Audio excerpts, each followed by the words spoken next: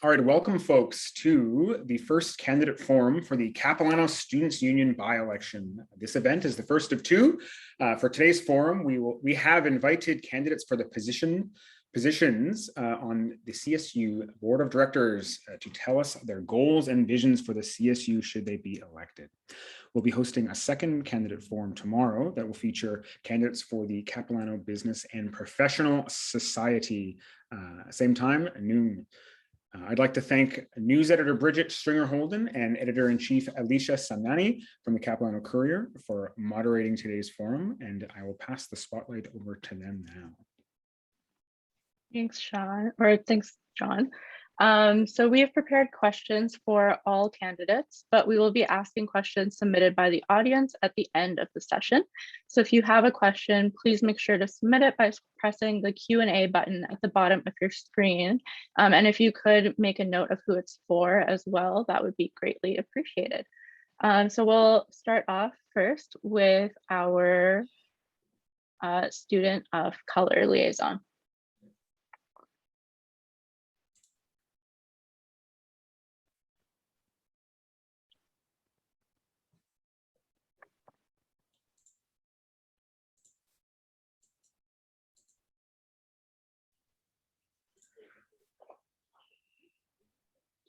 Okay, there we go. Hi, everyone. My phone was going through permissions, so sorry for the delay there. Can you hear me okay? Yeah, they're all good. Perfect. Okay, well, thanks for having me here. No problem. Thanks for coming. So could you start off by just introducing yourself and your pronouns, please? For sure. My name is Sean Caldera. Pronouns are he and him, and I'm running for the Student of Color Liaison here at Capilano Student Union.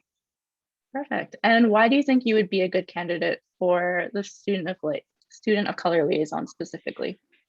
Yeah, you know, when I was looking at the candidate forums, coming back to post-secondary as a mature student, I've had a journey in which being a first-generation Canadian and having experiences being a person of color, that representation was important to me. So, you know, I went to university up north and a pretty, I guess, Caucasian dominated environment. And as a student there in my first go of undergraduate studies, definitely felt not pressure, but rather there were definitely barriers or perceptions on a person of color, and especially I have a big beard. And I am very proudly spoken about, you know, my culture, my background, and about also the importance of diversity and representation. And so being in an environment there where you are in a slightly conservative region, going through your first years of undergraduate, it kind of forced me to look at innovating in different ways. And so I ended up actually leaving university for a while to take a look at what equalizers we could utilize in technology and business. And so I ended up starting a video gaming company that was successfully sold to a publicly traded competitive gaming company in Canada last year. And so through that experience, you know, I've been able to not only see the student side of things, but also just being a working professional in the space, being a person of color. It is harder to find investment. It is harder to find support. My colleagues throughout Canada who lead these amazing companies and startups, where compared to peers who are not of color, would have been able, it was a lot easier for them to raise funds, to raise support and awareness. And so that's why I'm here today, is I want to be able to start where we start as students, to develop ourselves and our identities, our ideologies, our worldviews, and to bring the experiences I've had to this role. Great, thank you. And if you're elected, what do you expect to accomplish during your term on the board? Yeah, for sure. That's a great question. A few things. So, I mean, the first thing is that I want to take a look at the lay of the land and see what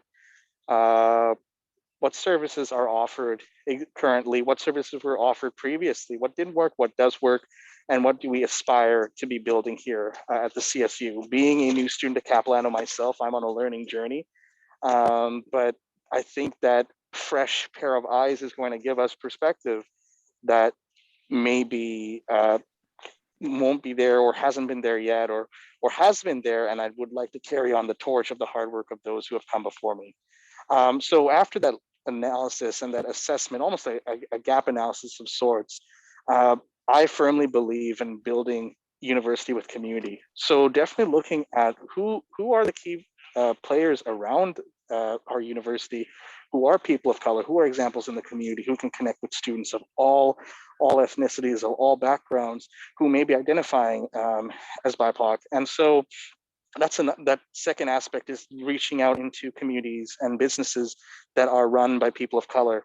The third immediate step I would be also taking is just an analysis of what the representation in the different departments at the school are, right? We have so many departments. It's such a diverse, academically diverse population we have here at Capilano. And so I think that there has to be an understanding of when students enter a faculty or specific line of school, what does identity mean to them, even within those faculties? So those are the three main things: is doing that gap analysis and seeing what has been done, what isn't being done, and what can be done to do better. The second thing, of course, is looking at the surrounding community and connecting with leaders of people of color who are leaders within our community in whatever shape, way or form. And the third aspect would be looking at just building up that connectivity and that bridge between the different schools and faculties we have here to unite the people of color here. Thank you.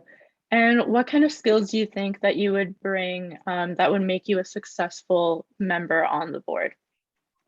For sure. I think through my years of just this journey I've been on, and it's taken me back here to school, and I think that a few of the skills definitely are my interpersonal skills. I mean, I want to learn about everyone's story. I think everyone has a story in which they're the protagonist, and to learn about someone's journey is to learn a little bit more about human culture in general. I think that's a really important aspect when building a team, right? Is to not just be hi, bye, all right, see you later. No, to really get to know people and understand how those solutions that you're building together is representative of those people's life stories. The second aspect, of course, too, is what I do for a living is I find gaps and I find solutions for those gaps. So that assessment, that's a gamut of skills that come for that assessment point, I think are going to be something I can offer to our student union to move ourselves forward even better than it already is. And I think just the third aspect is I love using technology. I think tech is a great equalizer. I'm a massive advocate for technology and accessibility. And so definitely being able to bring those connections, those relationships I've been able to amass during my my career journey is something I definitely want to bring to the team. Great. And a little more of a general question. How familiar are you with the CSU and the type of work that they do? As I said, I'm a first-year student here, but I am not a first-year student or a new student to student unions. So previously, I've been serving at UNBC as their VP Social for a few years before I decided to go on my entrepreneurial journey. And so student governance, although very unique in their issues they face, the student population they serve, in terms of mandates, very similar to what I'm seeing some echoes and some sentiments, especially with where UNBC was located. It's northern BC, it's rural populations and highly dense Indigenous populations there too. Its environment, even the way the university looks like, it feels like Capilano is a twin of that university in ways. And so looking at collective initiatives such as, last week we had some activations from CSU, looking at all the collectives, so like the student of color collectives, Black students collective, the student entrepreneurship. So I'm getting familiar with those. My hope is as I go on this journey, as a Capilano student, I learn more and I'm able to bring my experiences from the student union I previously was part of in my earlier years, and to kind of meld that together with what I experience here. Great. Thank you so much for joining us, Sean. Thank you. And right now we're going to move on to the candidates for Vice President, Equity and Sustainability, and I'll hand it over to Bridget. Thanks, Alicia. Oh, it says, oh no, they were moved to panelist. I just looked at attendees and it said there were 0. So today we have Jade and Mackenzie with us, I believe. Are you able to spotlight us, John?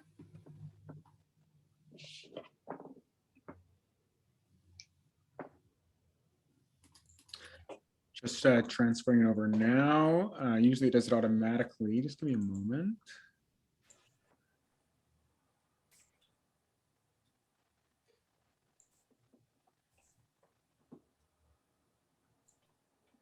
All right, go ahead. Perfect, thank you. Okay. And we also have Bobby, who is running, but is not able to be with us today. So the first question is to please introduce yourself and your pronouns. We'll start with Jade. Hi, folks. My name is Jade Chandra. I go by she, her pronouns. Perfect, thank you. And Mackenzie? Mackenzie, I use he, him, and they, them. Both are good. Perfect, thank you. So we'll go back to Jade. Why do you feel you'd be a good candidate for this position specifically? Yeah, so I feel like I'd be a good candidate because I've done a lot of lobby work that closely aligns to the CSU's values on equity and sustainability. Like back in my city, I was on a youth council where we lobbied for the implementation of gender neutral bathrooms district-wide. And to a lesser extent, I lobbied against high school administration to start taking land acknowledgement seriously before assemblies. So I've done a lot of sort of work that is sort of around that. So I've had experience, and I think that makes me a good fit for this position because not only have I done lobby work, I've also exercised empathetically, like listening to marginalized voices and amplifying and just trying to support others in sort of any way that I can. Thanks for sharing. And Mackenzie, why do you feel you'd be a good candidate for this position specifically? Thanks, Bridget. Leading back to something that Jade actually already said and taking her lead from one of our last meetings, I would also, because we hadn't had an opportunity before, take a moment to do a land acknowledgement that we are having this meeting on the unceded territories of the Coast Salish people.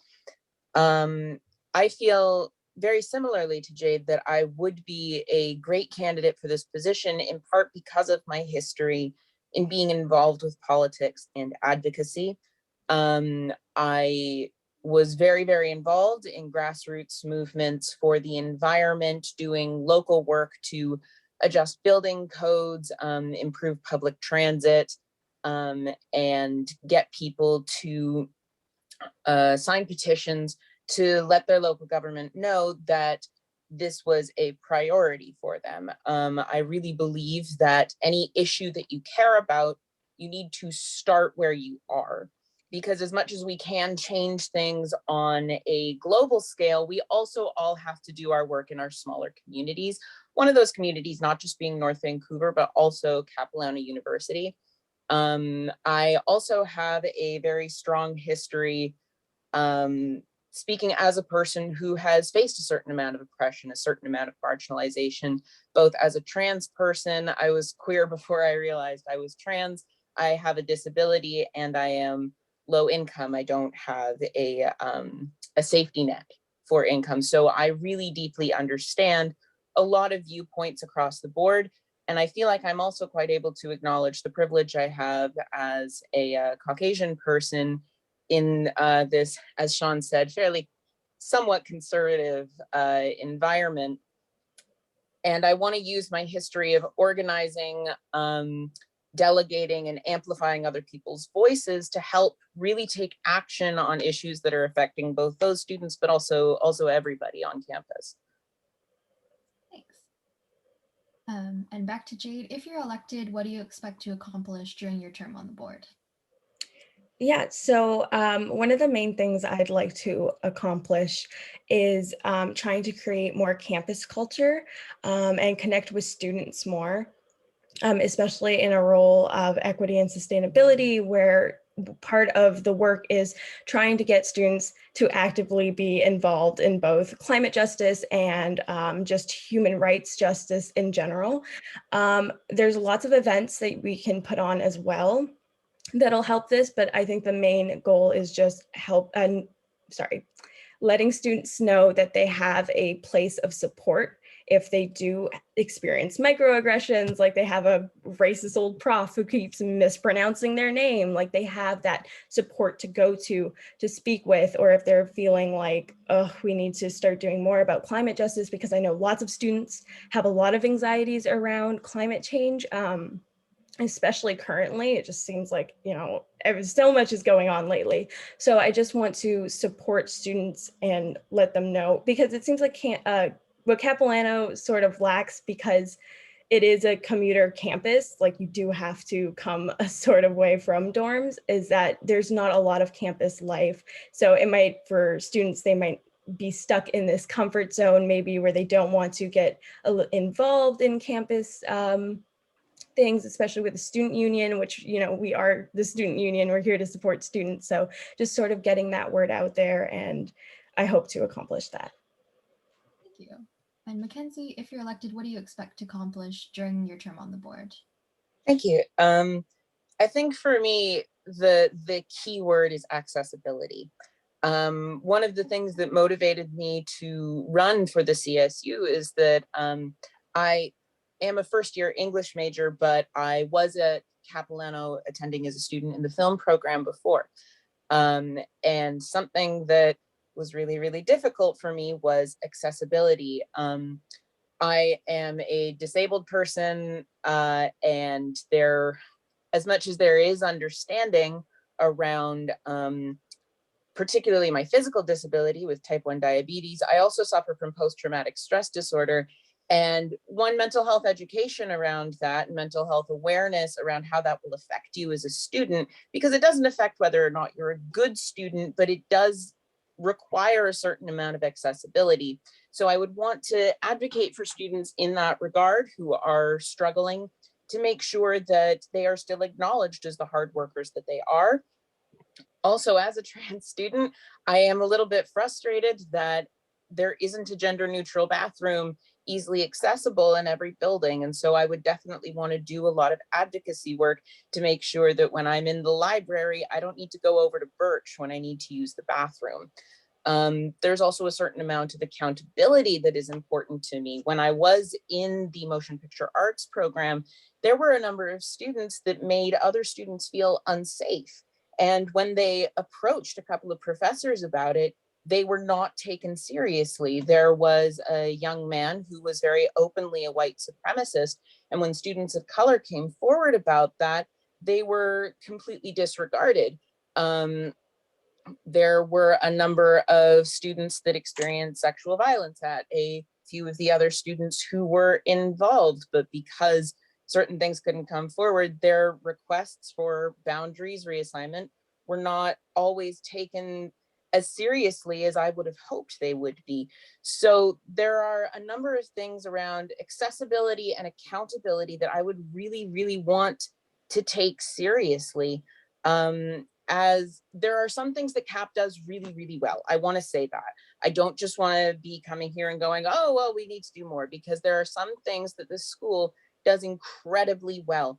There was a person off campus who was approaching me inappropriately that I had met on set, and Capilano took incredible steps to handle that situation. But I have found that when it is a fellow student that is creating an issue through racism or some other form of oppression or marginalization, there is not really adequate action taken, where when I spoke to the students later, they felt safe. So between the mental health, the accountability, and making sure that all students, regardless of income, where they come from, who they love, are treated fairly by the school and professors.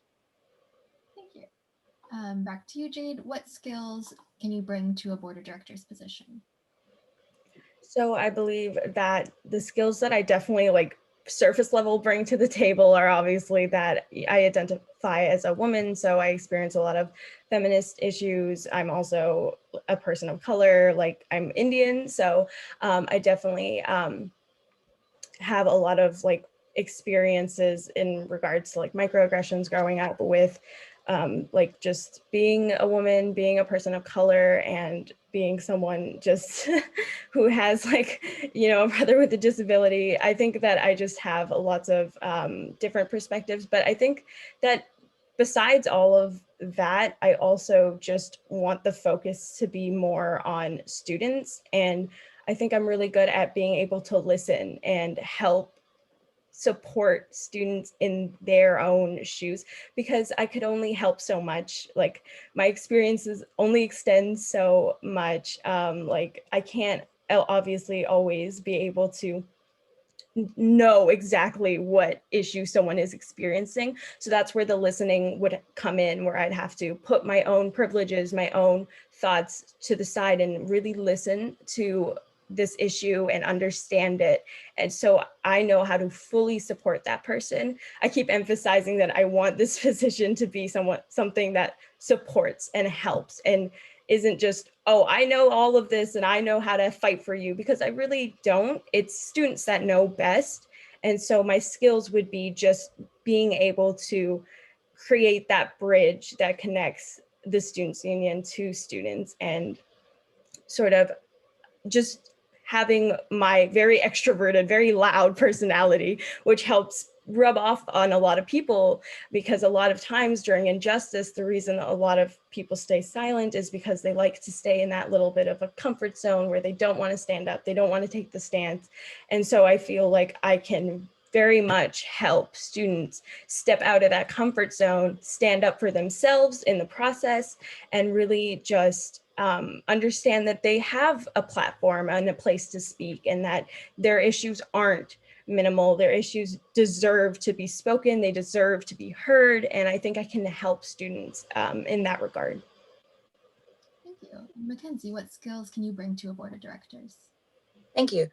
I feel like my history of organization, my history of political activism, and my history in the film industry actually are all serious assets to my ability to be on the board of directors. I have, I keep saying the word history, but on my resume, I've got a very strong track record of organizing a large number of people, making sure that everybody is heard on a film set, when I'm speaking at town hall, when I'm helping to organize things like canvassing for those grassroots movements that I was speaking of. There were a lot of meetings involved in all of those things, and you can't just show up and talk over everybody. You have to show up and understand what everybody's strengths are, understand what everybody's concerns are, and then incorporate that to bring it into a single cohesive product. Be that a protest or a film, it doesn't matter too much. For as long as I can remember, when I have seen an issue, I get up and I do something about it, to the point where it would get me in trouble when I was a kid. I have a really strong track record of wanting to understand what is going on in someone else's life, and then wanting to take the actionable steps to turn that into something that will create change. And that's something that I think would make me really strong as a VP of equity and sustainability, is that I have that ongoing experience of turning a problem into an actionable step in a large group of people. Thank you. And the next question is, how familiar are you with the CSU and what they do? So we'll start with you, Jade. Well, I'm actually the current vice president of equity and sustainability, so I've been on the board since July. So I think I definitely have good experience, and you know, serving the couple past few months, I've learned definitely a lot. I was sort of thrown in like sort of like the middle of a bunch of conversations. So like the first 2 weeks, I was just like panicking, trying to catch up and try to figure it out. So I adapted pretty fast. And I think I like to think that I sink in very well with the dynamic. And so yeah, that's definitely my experience, and just my knowledge of the CSU has definitely, you know, I've learned so much, obviously being on the CSU.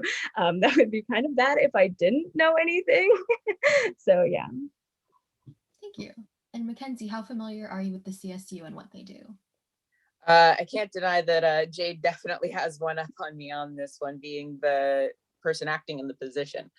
But I have some history with unions, with student unions. I've known people who have been involved. So it's not like it's completely unfamiliar to me. The mother in my adopted family is the head of a union. So union politics and arguing for your constituents is something I'm quite familiar with, though I will acquiesce to Jade here, who has been in the position and is going to be admittedly a bit more familiar with this particular spot than me. I don't think that anything would be too unfamiliar to me, though, should I get the position. And I'm a very quick learner. Thanks. And now the last question is there something that CSU isn't doing that you wish they were? Jade?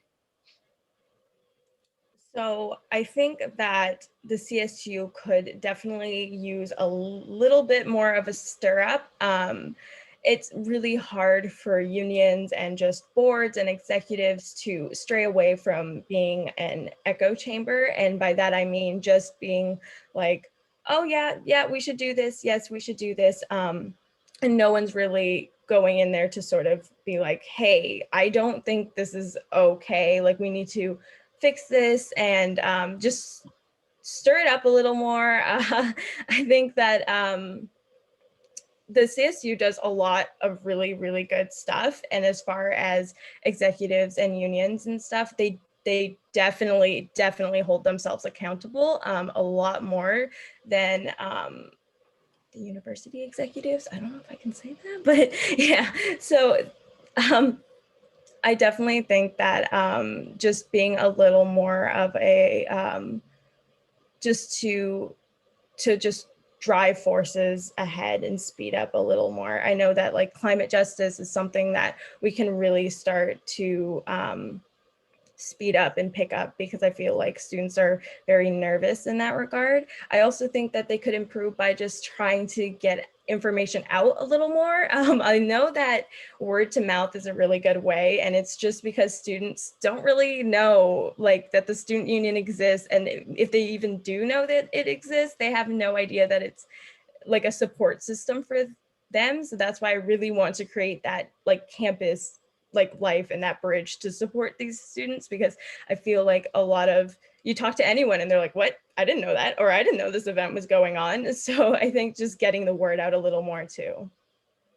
Thanks. And Mackenzie, what's something that the CSU isn't doing that you wish they were? Not to copy Jade's homework here or anything, but I have a lot of similar concerns with the CSU, both in the way that information is distributed. I wound up using the CSU's food accessibility program, but I stumbled into that by accident when I could have been using it significantly earlier. So a complaint that I had was that it wasn't more widely known among students. And as I mentioned a little bit earlier, and what I would hope to accomplish, I think that the CSU could stand to be a little bit more aggressive in the things that it believes in. It could stand to be a little bit more argumentative, to go, no, we're not negotiating on this. Climate change is important. Having these accessibility points is important. So on and so forth. Like when I was at, one of the things that really drove me to run for this position is I, of my own volition, wound up being quite involved in the rapid bus, wanting to extend it to go to Dunderade and not stop at Park Royal a number of years ago. I believe that was in 2019. And something that I was really, really happy about was that, and I wasn't a student at the time, but I saw the Capilano Student Union there doing the advocacy work for that. And I really want to apply that, ferocity and desire for equity and justice that is being applied, that I saw at Town Hall. And I want to apply that on our own campus. Thanks. That's the end of our questions. And Thank you. looking at the Q&A, I don't see anything there either, so I'll just pass it back to you, John.